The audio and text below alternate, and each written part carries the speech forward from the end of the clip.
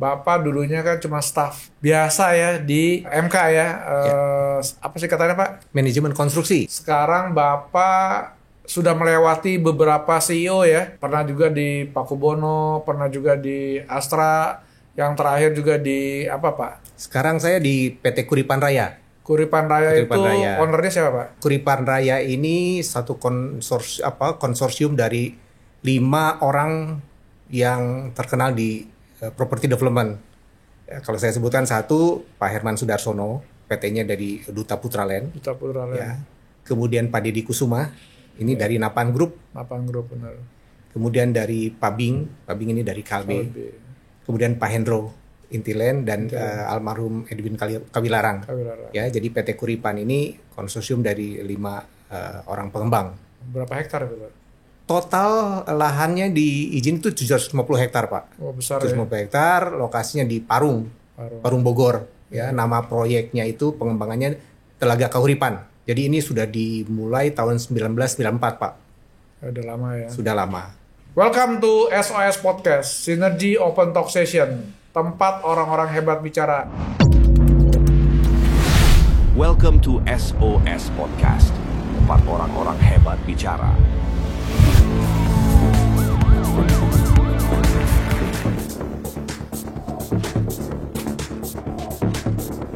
Pak, kira-kira bisa jelaskan Telaga Kahuripan itu seperti apa Pak? Perumahan seperti apa? Ya, jadi mungkin saya sedikit ulang lagi yang tadi dari PT Kuripan Raya ini di satu konsorsium dari 5 perusahaan besar. Nama proyeknya itu Telaga Kahuripan, sudah dimulai dari 1994 Pak. Ya. Tadi luas areanya 750 hektar. Besar memang. Pada 94 dibangun, mulai di develop, tapi kena krisis Pak. Oh. Ya, 97 98. 98 krisis. Ya, 98. Nah, setelah itu terhentilah proyek Telaga Kahuripan ini. Berhenti Pak, full stop. Full stop. Jadi yang berjalan ya di estate management dan maintain lahan tanah land bank yang masih pasti sangat besar saat itu. Ini tidurnya cukup lama Pak. Baru dibangunkan lagi, direvitalisasi itu di 2021. Iya. Jadi cukup panjang ya. Iya, berapa? 21 hampir 24 tahun. 24 tahun. 24 tahun. Ya. Jadi tapi sekarang untuk besar ya, karena tanahnya harganya naik cukup jauh ya. Ya, mudah-mudahan seperti itu salah satu trigger untuk direvitalisasi ya, karena dari shareholder melihat pasar properti saat itu mulai membaik. Ya. Dan salah satu hal yang utama juga adanya akses tol Pak. Jalan tol ya. Jalan tol. Jadi sudah hampir jadi ya. Ya, jadi itu kan ada tol Desari, Depok Antasari. Betul. Nah, itu dari Antasari sampai ke Sawangan tuh sudah Pak. Oh sudah. Sudah. Ya. Nah, harusnya itu nyambung ke Bor. Bor tuh di Bogor, di Selabenda, Kayu Manis. Ya. Tapi masih tersisa 2 segmen.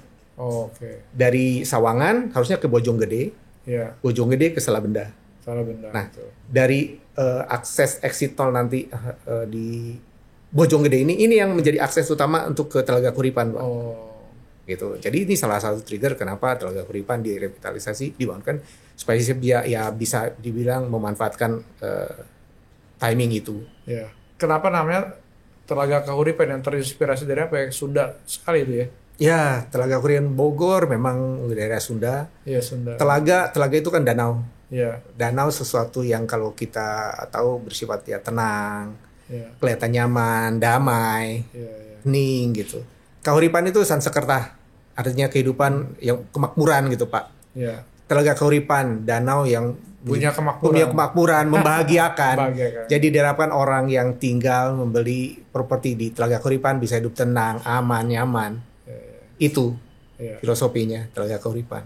Dan saya lihat kan akhir ini kan terjadi pembangunan cukup masif ya Pak ya, dari Telaga Kahuripan. Pengembangan apa yang sedang diprogres di sana Pak? Fasilitas kah, apa pohon atau jalanan, infrastruktur atau apa nih Pak?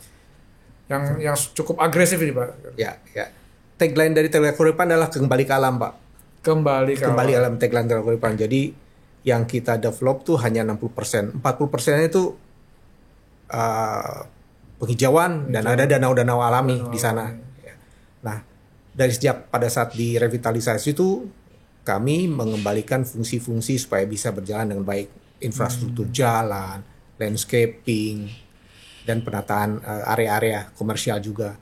Tadi kembali ke pertanyaan Pak Yese, apa yang sedang dijalankan sekarang, kami lagi mengembangkan satu klaster baru, namanya klaster Aluna, Pak. Ya, klaster Aluna itu mulai dipasarkan di tahun 2022. 2022 di akhir 2023 kemarin kami sudah mulai serah terima. Berapa unit itu, Pak? Ada sekitar 100 ya. Nah, 100 cepet ya. Ya. Nah, sekarang kita masuki ke fase kedua Aluna. Karena Aluna ini totalnya kurang lebih nanti ada sekitar 1.100 unit, Pak. Cukup banyak ya. Cukup banyak. Kemudian komersial juga lagi kami kembangkan. Kami juga mulai membangun ruko, namanya Ruko Kanaka, yang sudah kami pasarkan dari tahun lalu. Sekarang kan sudah kami mulai bangun. Jadi bukan cuma hunian, fasilitas, tapi komersial pun kita bangun, Pak. SPBU sudah ada SPBU di dalam kawasan, ya. Kemudian ada satu kawasan komersial Masta yang kami sewakan ke tenan-tenan. Kemudian juga rumah sakit, mitra keluarga udah bergabung di sana, Pak. Ya, sekarang sudah ada puskesmas, sudah pasti. Kemudian kami juga ada polsek di dalam sendiri, Pak. Dan yang perlu di highlight juga mungkin satu di ini, Pak, pengelolaan sampah. Karena tadi kembali ke alam, sampah tidak kita buang saung tapi kita olah. Jadi kami kerjasama dengan ada institusi namanya Waste for Change, mungkin kalau Pak Imes pernah dengar. Waste for Change yang ini memilah sampah, jadi tidak dibuang, mereka pilah baru mereka reuse, recycle seperti itu. Berarti udah mempersiapkan ke arah green sustainable ya? Ya. Ada dipilah-pilah sampahnya. Ya. Caranya kalau di rumah kan gimana cara milahnya, Pak? Ada 3 tempat sampah atau bicara gimana? Manajemennya gimana? Nah, itu salah satu hal yang memang perlu pendidikan, disosialisasikan ke penghuni. Karena memang tidak gampang. Karena Waste for Change ini memang baru diintroduce di tahun 2022. Karena sebelumnya biasa orang punya satu bak sampah, buang sampah ke situ. Iya, betul, Pak. Nah, tadi cara solusinya gimana? Ya mereka dikasih tempat sampah, terus dikasih plastik-plastik untuk mereka mulai memilah. Kering, basah, betul. Kaleng, plastik itu dipisah semua ya. Betul.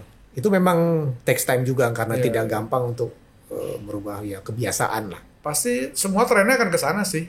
Kalau Bapak sudah mulai, Bapak susah, nanti orang-orang baru mulai, Bapak udah jagoan. Ya, kami sediakan tempat di sana, Pak. Jadi mereka kumpulkan, tidak bawa keluar, mereka olah di tempat kami. Gitu. Ada pengolahan juga. Ada pengolahan, pemilahan di situ. Dan nanti dibuang ke pabrik kan ya untuk sana. Tapi dipilah di sana ada ada yang mengelola lah ya. Ya, karena Waste for Change juga kan kerjasama dengan institusi di luar negeri juga ya. Itu kan 750 hektar kan cukup besar ya, Pak. Itu rencana berapa ribu rumah ya di sana ya? Telaga Kurban itu sebenarnya terbagi 3, Pak. 750 hektar terbagi 3. Ya. Jadi yang pertama yang sudah di-develop ini sekitar 250-300 hektar lah. 250. Itu rencana di situ mungkin sekitar 3.000, Pak.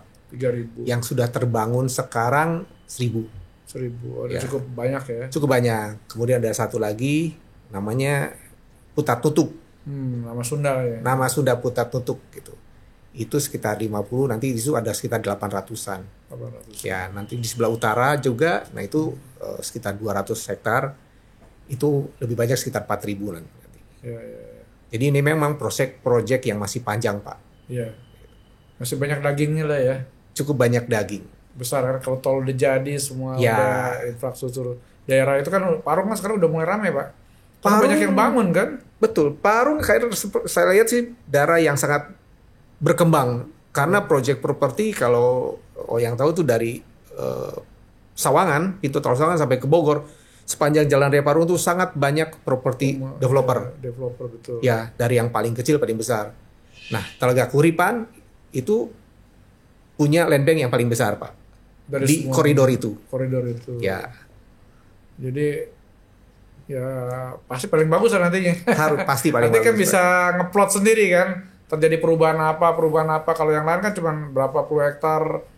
Ya 100 hektar gitu kan, 100 hektar bisa lebih bebas kan, tapi kalau udah 750 hektar, wah itu udah bisa, itu kan udah kota di dalam kota, nanti Parung baru kali namanya ya. Kan kita tahu, tadi seperti Bapak sampaikan kan dulu mengalami mangkrak lah ya, didiamkan, terus kan membangun tuh tidak mudah ya, Bagaimana tuh cara membangkitkannya tuh Pak? Salah satu yang mungkin perlu saya sampaikan, konsorsium ini, proyek ini tanpa utang bank, Pak. Ya, Itu developer besar semua. ya yang mungkin perlu saya sampaikan.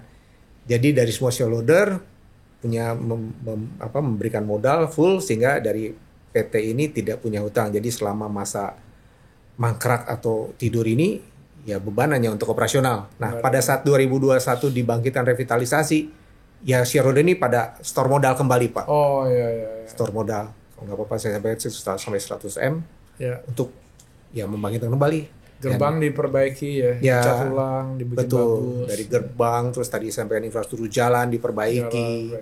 landscape, Ya. kemudian komersial hidup kembali. Ya. Dan kita tadi salah satu klaster baru yang kami mulai develop dan pasarkan dan sudah serah terima ke pembeli. Ya. Nah, saya dengar juga Telaga Kahuripan ini kan bekerja sama dengan salah satu arsitek top ya, Urban Plus kalau nggak salah ya. Itu kolaborasi seperti ini seperti apa tuh planningnya itu Pak? Ya, jadi pada saat revitalisasi di 2021 dicanangkan, dari shareholder dan manajemen saat itu mengundang Urban Plus untuk mencoba redefine project yang telah sekitar 20 tahun lebih tadi tertidur, Pak. Ya kenapa memilih dari Urban Plus? Ya karena sudah terlihat mereka punya sesuatu yang bisa dibanggakan di IKN. Ya, yang desain IKN. Desain IKN ya. Jadi kami bekerjasama berkolaborasi karena cocok dengan yang tadi sampaikan di Telaga Kahuripan kan tagline kami kembali ke alam. Ya. Kami sedapat mungkin mempertahankan kondisi alam di situ.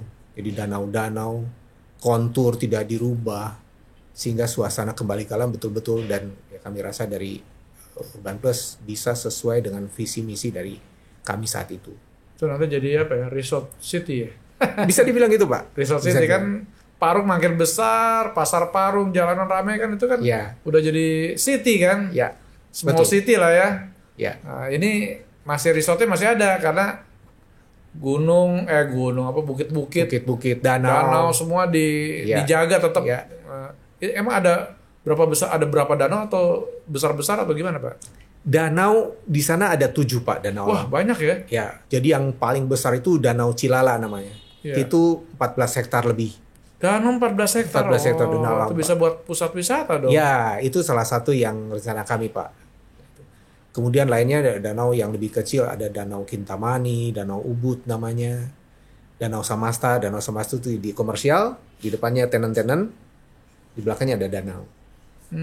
Kemudian ada Danau Marsudirini, Marsudiri nama sekolah, mungkin nanti bisa kita bicarakan. Kemudian danau kecil lagi ada 1 hektar, setengah hektar. Totalnya 20 hektar lebih di sana. Ya. Dan Bapak saya dengar sekarang lagi punya program 10 juta all in ya. Itu maksudnya apa ya Pak? 10 juta all in. Sekarang kan supaya pembeli, konsumen tidak pusing-pusing memikirkan pada saat nanti mau serah terima gimana, mau AJB, mau biaya notaris. Jadi sekarang harga all in dari awal sudah all in. Jadi mereka KPR, angsuran, itu nanti selesai ya sudah selesai, tidak ada kewajiban pembayaran. Nah 10 juta ya supaya memudahkan mereka tidak memikirkan di belakang ada biaya-biaya yang BPHTB yang mungkin belum kepikir pada saatnya belum tersedia. Nah all ini kita sediakan bagi mereka supaya tidak perlu memikirkan di belakang seperti apa. Biarkan kami dari developer yang memikirkan. Nah 10 juta itu memang untuk yang produk-produk yang kami pasarkan gitu Pak. Itu sukses kayak saya dengar ya. Iya, bagus karena orang nggak usah pikir apa-apa lagi langsung betul. BPHTB, sudah termasuk BPHTB, KPR, biaya notaris. Ya. Selain hunian, Telaga Kahuripan juga punya proyek ruko 3 lantai. Itu sudah jadi apa sedang dibangun atau gimana Pak? Rukonya namanya Kanaka, Pak. Kanaka memang tidak besar kan, itu satu kompon kecil, 20 unit saja untuk saat ini. 20 unit kita pasarkan tahun lalu dan sudah mulai dibangun. Mulai dibangun. Targetnya sih di semester 2 ini udah selesai Pak untuk serah terimakan, jadi bisa mulai berusaha di sana. Ya untuk menopang aktivitas, Terus bagi fasilitas bagi penghuni juga, karena di sana sekarang udah sekitar 800 KK Pak yang tinggal. Kan Bapak juga pernah melewati masa COVID ya Pak. Ada kerjasama apa saja dengan pemerintah tuh Pak? Nah, di akhir 2021 bahwa manajemen pernah memakai yang tadi disampaikan di area komersial Samasta itu digunakan untuk fasilitas vaksinasi. Ya, COVID. bekerja sama dengan pemerintah setempat, semua dipusatkan di sana. Ya, memang lahannya juga terbuka, sehingga kan pada saat COVID segala sesuatu mesti dikerjakan di area terbuka, dan itu sangat memadai dan itu berjalan dengan baik Pak. Saya jadi ingat lagi waktu COVID pasti Bapak ngalami kesulitan ya, atau gimana? Yang menarik pada saat COVID itu orang beranggapan bahwa ini masa sulit ya. Ya memang sulit, tapi di saat itu juga ya ternyata penjualan tidak sampai drop banyak. Gitu. Mungkin karena awal sehingga ya bisa tetap manage perusahaan untuk berjalan operasional dengan cukup baik gitu. Karena kan memang ke arah Bogor ya, ke arah Bogor kan jadi setelah COVID orang kan mencari back to nature kan, alam. Jadi Parung Bogor itu kan salah satu tempat yang menurut saya cukup diincar ya. Betul. Jadi, tapi apakah ada konsep tertentu gitu rumahnya dibikin tamannya besar atau gimana? Nah, menarik pertanyaan Pak Ismet. Jadi memang salah satu yang diadopt dari kondisi COVID ya tadi desain layout rumah. Ya. Jadi untuk aktivitas-aktivitas lebih banyak di luar ruang. Ya, jadi salah satu yang diadopsi ke desain rumah di Aluna itu living room itu sangat terbuka, sirkulasi udara sangat baik, banyak jendela ya. Banyak jendela, banyak bukaan. Kemudian ruang makan dan dapur itu di luar Pak, di teras belakang. Kalau biasa kan segala sesuatu ya di dalam rumah dalam dinding. Nah, ini dialihkan keluar ruang untuk makan dan yang aktivitas lain. Yang tadi utama sirkulasi bagus. Sirkulasi ya, dan memang di Telaga kan sangat mendukung karena udaranya masih bersih Pak. Dan Bogor juga kota hujan ya memang tiap hari hujan. Tiap hari hujan, kota hujan. Jadi adem terus ya. Adem Pak, sangat enak. Jadi AC dikurangin lah ya, hemat ya. Ya, betul. Jadi apalagi konsepnya sudah back to nature kan. Kayak Urban Plus itu kan memang di IKN juga kan mereka juga mengadopsi sustainable kan, green sustainable kan. Jadi cocok lah sama Bapak ya. Ya, salah satu yang tidak bisa dihindari mengenai green environment, sustainability. Karena memang bukan cuma kebutuhan, itu udah keharusan, bukan cuma bagi developer, tapi nanti juga bagi penghuninya. Iya, betul. Tapi itu memang proses yang tidak gampang. Iya, karena yang namanya hijau itu mahal, Pak. Betul, Pak. Harusnya kita bisa buat bangun ruko, jadi taman. Wah, rugi nih owner bilang ya kan. Akhirnya kapan tuh sustainable itu terjadi ya? Tapi karena Bapak sudah Urban Plus sudah planning ya, mungkin udah ngikutin plan itulah ya. Betul. Jadi masyarakat warga yang tinggal di sana akan lebih senang karena Bapak sudah prepare dari jauh-jauh hari kan? Iya. Ya Pak, Pak Rahmat terima kasih nih sudah hadir di acara SOE Podcast. Kira-kira Bapak bisa closing statement kepada teman-teman kita yang sedang melihat YouTube ini Pak. Mungkin dari saya, dari selama ini yang tadi saya sampaikan juga bahwa dari 2022, 2023, 2024 pasar properti kelihatan ada perlambatan. Kita tidak tahu ke 2025 seperti apa, tapi diharapkan dengan pemerintahan yang sudah terbentuk bisa menstabilkan kondisi. Mudah-mudahan properti bisa bangkit kembali.